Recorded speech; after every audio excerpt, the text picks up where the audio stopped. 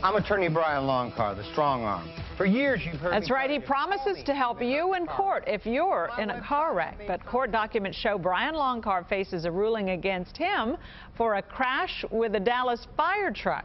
Loncar tried to sue the city, but an appellate court stepped in to stop that lawsuit. Tonight, Channel 8's Rebecca Lopez explains. I became a lawyer 23 years ago to protect fellow Texans and to make sure people play by the rules. He says he fights for you, but attorney Brian Loncar is fighting for himself against the city of Dallas. Loncar got into a wreck with a Dallas fire truck. According to court documents, firefighters were headed to a fire call at a major hardware store when Loncar pulled out in front of the truck. Witnesses say he was accelerating into the intersection to beat the yellow light and did not yield.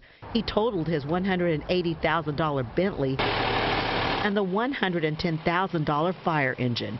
He sued, and initially a judge ruled the case could move forward. It sounds like that Mr. Loncar was able to provide some evidence that maybe contradicted a little bit about what the fire department had provided. Documents show Loncar accused the engine driver of accelerating from the middle left turn and never braking. He says it was dangerous because the driver admits he saw Loncar approaching the intersection.